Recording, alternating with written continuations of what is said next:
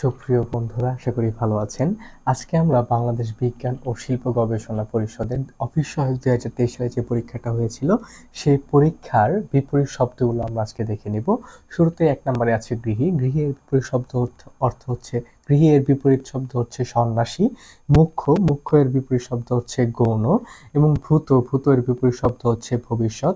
আবির্ভাব, আবির্ভাবের বিপরীত শব্দ হচ্ছে তিরোভাব। আমরা আবার দেখে নিই বন্ধুরা, যে 1 নম্বর হচ্ছে গৃহী। গৃহী এর বিপরীত শব্দ হচ্ছে সন্ন্যাসী। মুখ্য, মুখ্য এর বিপরীত শব্দ হচ্ছে গৌণ। ভূত, ভূত এর বিপরীত শব্দ হচ্ছে ভবিষ্যৎ।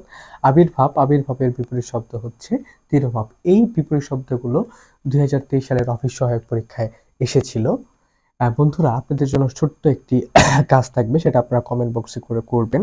সংশয় যে আছে, সেই সংশয় এর বিপরীত শব্দটা কি হবে সেটা আপনারা কমেন্ট বক্সে লিখবেন। Stay with us, life is very easy and beautiful. ধন্যবাদ।